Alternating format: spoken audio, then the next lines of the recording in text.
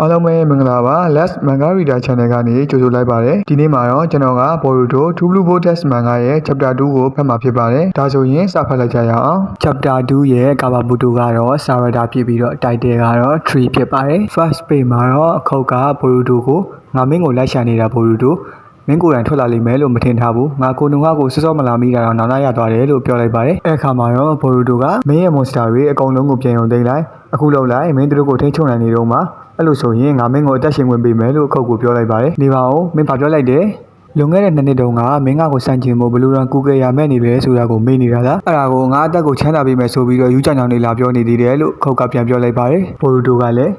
ငါပြောတာကိုမင်းကြရင်မြန်မြန်လုပ်လိုက်တော့အဲ့လိုမှမဟုတ်ရင်ဒီတစ်ခါမင်းဘယ်ဘက်မျက်လုံးထပ်ပို့ပြီးဆုံးရှုံးရလိုက်မယ်လို့ထပ်ပြောလိုက်ပါတယ်ခုတ်ကတော့ငါကြားနေတာမင်းရဲ့ဆူဆူဝါဝါဖြီးဖြန်းနေတာတွေပဲလို့ငါထင်တယ်ငါဘာလုပ်ပေးရမလဲရည်ပေးရမလားလို့ပြန်ပြောလိုက်ပါတယ်ပိုရူတိုကဆာရဒါကိုဆာရဒါဒီနီးနားမှာအဝေးကိုမပြေးရသေးတဲ့လူတွေကြံနေသေးတယ်နင်တို့ကိုကူညီပေးနိုင်မလားငါခုတ်ကိုကင်တွယ်လိုက်မယ်လို့ပြောလိုက်ပါတယ်ဆာရဒါကလည်းဘော်ရူတိုနင်တီကြရဲ့လားလို့မေးလိုက်တဲ့အခါမှာတော့ဘော်ရူတိုကငါတို့နောက်မှာစကားပြောကြမယ်အသက်ရှင်အောင်နေလို့ပြန်ပြောလိုက်ပါတယ်တစ်ဖက်မှာတော့ရှီကာတိုင်းကသူ့ရဲ့အရေးချုံတော်ချင်းကျူးစုနဲ့ကလော့ကောင်တွေကိုထိန်းချုပ်ထားပါတယ်ချိုချိုလည်းကလော့ကောင်တွေကိုဝင်ပြီးတော့တိုက်ခိုက်နေပါတယ်အီနိုချင်းကတော့သူ့ရဲ့ကျူးစုကိုတုံးပြီးဟီမာဝရီနဲ့အတူလေထဲကနေကြည်နေပါတယ်ချိုချိုကဒီကောင်တွေကဘာမှလည်းမဟုတ်ဘူးအရေးအတွက်များတယ်ပဲရှိတယ်လို့ပြောနေရင်းနဲ့ချိုချိုရဲ့အနောက်ကကလော့ကောင်တစ်ကောင်စီကနေပြီးတော့နောက်ထပ်ကလော့ကောင်တစ်ကောင်ထွက်လာပြီးတော့ချိုချိုကိုတိုက်ခိုက်ဖို့လုပ်ပါတော့တယ်ရှီကာတိုင်းကလည်းချိုချိုနေနောက်မှာလို့လှမ်းပြီးအော်ပြောလိုက်ပါတယ်အဲ့အချိန်မှာပဲအင်နိုချင်းကသူ့ရဲ့ Peace Scroll နဲ့ Clock ကောင်ကိုဖမ်းဆုပ်လိုက်ပြီးတော့ချိုချိုကိုကယ်လိုက်ပါတယ်ပြီးတော့အင်နိုချင်းကငါနင့်ကိုဝိတ်ချဖို့မပြောခဲ့ဘူးလားဖတ်တီးမှာလို့ချိုချိုကိုပြောလိုက်ပါတယ်ချိုချိုကလည်းငါမဝဘူးဒါပေမဲ့ကျေးဇူးပဲအင်နိုဂျင်တို့ပြန်ပြောလိုက်ပါတယ်ဒါပေမဲ့ကလော့ကောင်ကသူ့ရဲ့အမိနဲ့ Beast Scroll ကိုတိုက်ခိုက်တဲ့အတွက်ကြောင့်ဟီမာဝရီက Beast Scroll ဘော်ကနေပြီးတော့လေထဲကိုပြုတ်ကျသွားပါတယ်လေထဲမှာပဲကလော့ကောင်ကဟီမာဝရီကိုထပ်ပြီးတော့တိုက်ခိုက်ဖို့လုပ်ပါတယ်အဲအချိန်မှာပဲကာဝါကီရောက်လာပြီးတော့ငါလန်းကနေဖယ်ချလို့ပြောလိုက်ပါတယ်အင်နိုဂျင်ကလည်းဟီမာဝရီကိုခေါ်ပြီးတော့ရှောင်လိုက်ပါတယ်ပြီးတော့ကာဝါကီကကလော့ကောင်ကိုကန်လိုက်ပါတယ်ကလော့ကောင်ကအောက်ကိုပြုတ်ကျသွားပေမဲ့လည်းဘာမှတိတ်မဖြစ်ပါဘူးပြီးတော့သူ့ရဲ့မျက်နှာပေါ်မှာ Running ကပေါ်လာပါတယ်ဟီမာဝရီကကျေးဇူးပါအကိုကြီးလို့ကာဝါကီကိုပြောလိုက်ပါတယ်ကာဝါကီကတော့ငါ့ကိုအဲ့လိုမခေါ်ဘူးဘယ်နှခါပြောရမလဲလို့ပြန်ပြောလိုက်ပါတယ်ချီကာတိုင်းကရင်းနဲ့ကပွင့်လာတဲ့ကလော့ကောင်ကိုကြည့်ပြီးတော့ဒီကပုံစံကတခြားကောင်တွေနဲ့မတူဘူးကြည့်ရတာအဆင့်မြင့်လာတာဖြစ်မယ်လို့ပြောလိုက်ပါတယ်အဲအချိန်မှာပဲကလော့ကောင်ကတခြားကလော့ကောင်ရဲ့ကလော့မကနေရှင်ကာဝါကီနောက်ကိုရုတ်တရက်ရောက်လာပြီးတိုက်ခိုက်လိုက်ပါတယ်ကာဝါကီလည်းတိုက်ခိုက်ခံလိုက်ရပါတယ်ပြီးတော့ရင်းနဲ့ကန်တဲ့ကလော့ကောင်ကကာဝါကီလည်းပင်ကိုညှစ်ထားပြီးတော့အိုဆူဆူကီလို့ပြောနေပါတယ်အဲအခါမှာတော့ရှီကာတိုင်းကသူ့ရဲ့ကျူးစုနဲ့ကလော့ကောင်ကိုဖမ်းချုပ်လိုက်ပါတယ်ပြီးတော့မြန်မြန်လို့ကာဝါကီငါကြမထိန်နိုင်ဘူးလို့ပြောလိုက်ပါတယ်ကာဝါကီလည်းသူ့ကိုအိုဆူဆူကီလို့ခေါ်တာကိုဒေါသအထွက်ဆုံးမယ်လို့ပြောရင်းနဲ့ခါမာသုံးပြီးတော့ကလော့ကောင်ကိုတပ်ပစ်လိုက်ပါတယ်ဒါပေမဲ့လည်းကလော့ကောင်တွေရဲ့ကလော့မတ်တွေကတစင်းတခြားကလော့ကောင်တွေထပ်ရောက်လာပါတယ်ရှီကာတိုင်းကတေးစံ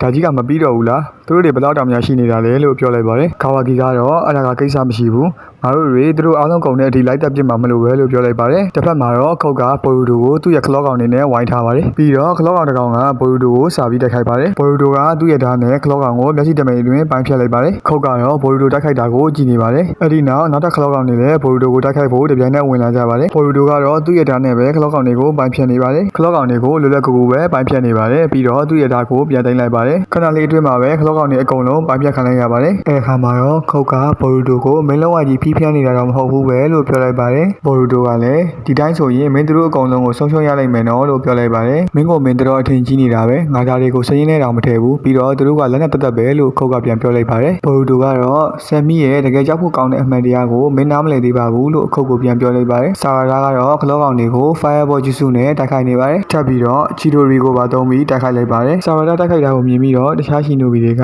မင်းကတကယ်ပဲခန်းနေရောဟုတ်ရဲ့လားလို့မေးနေပါတယ်ဆာရာဒါကတော့ကျမပဲအစ်မဖြစ်ဖြစ်အဲ့ဒါကအရေးမကြီးဘူးလို့ပြောနေတဲ့အချိန်မှာပဲကလော့ကောင်တစ်ကောင်ကရုတ်တရက်ပြန်ထလာပြီးတော့ဆာဝါဒါကိုကိုက်ဖို့လုပ်ပါတယ်။အဲ့အခါမှာတော့စော်ရီလို့ခေါ်တဲ့ရှီနိုဘီတယောက်ကဆာဝါဒါကိုဥချီကမင်းရဲ့နောက်မှာလို့ပြောနေနေဝင်ကာပြီးလိုက်ပါတယ်။အဲ့အတွက်ကြောင့်စော်ရီကကလော့ကောင်ကိုက်တာကိုခံလိုက်ရပြီးကလော့ကောင်ကတစ်ပင်အဖြစ်ပြောင်းလဲနေပါတယ်။စော်ရီကအကူကြီးတောင်းမှုလုပ်ပေမဲ့တစ်ပင်ကတဖြည်းဖြည်းကြီးလာပြီးတော့သူ့ကိုဝါမြူသွားပါတော့တယ်။ဆာဝါဒါကဒါကတစ်ပင်တစ်ပင်လားလို့ပြောပြီးနားမလည်နိုင်ဖြစ်နေပါတယ်။နောက်ထပ်ရှီနိုဘီတယောက်လည်းကလော့ကောင်ကိုက်တာခံရပြီးတော့တစ်ပင်အဖြစ်ဝါမြူခြင်းခံနေရပါတယ်။ဆာဝါဒါလည်းအံ့ဩနေပြီးတော့ဘာတွေဖြစ်ကုန်တာလဲလို့ထပ်ပြောလိုက်ပါတယ်ခုတ်ကတော့ငါဆယ်ပြီးအကြောင်းကိုတေချာနားလည်ပြီးသားသူတို့ကဝါမြုံမဲ့အိုဆူဆူကီတွေပဲအမှန်ကတော့သူတို့အိုဆူဆူကီအဖြစ်ပြောင်းလဲသွားတဲ့အထိသူတို့ပတ်ဝန်းကျင်ကလူတွေကိုကိုက်မဲ့သားရဲတွေပဲလို့ပြောလိုက်ပါတယ်ပိုရူတိုကတော့ ပုံမှန်ကတော့အဲ့လိုပဲဒါပေမဲ့ဒီကောင်တွေကတော့မတူဘူးမင်းတို့ကိုအဆင့်မြင့်မိတဲ့အတွက်သူတို့ကကျေးဇူးတင်နေနိုင်မယ်အခုအရင်နောက်မကြသေးဘူးမင်းတို့ကိုထိန်းချုပ်ထားနိုင်တော့သူတို့အားလုံးကိုဖျက်ဆီးလိုက်ဖို့လိုအပ်တယ်အဲ့လိုမှမဟုတ်ရင်အားလုံးတို့အဆိုးဆုံးနာကဖြစ်လာပြီးတော့ငါတို့အားလုံးအဆုံးသတ်ရလိမ့်မယ်လို့ပြောလိုက်ပါတယ်အဲ့တော့ဘာဖြစ်လဲဆမ်မီကအိုဆူဆူကီကိုဝါမျိုးပြီးတော့အမြင့်ဖြစ်လာမယ်ပြီးရင်နဗီယာတစ်ပင်ဖြစ်လာပြီးဒီကျိုးပျက်စီးတဲ့အထိလှုပ်ဆောင်မယ်ငါကြီးမန်းချက်ကလည်းအဲ့ဒီအဆိုးဆုံးနာကကိုကြော်ပြီးမှဖြစ်လာမှာလို့ခုတ်ကပြန်ပြောလိုက်ပါတယ်ဘော်ရူတိုကလည်း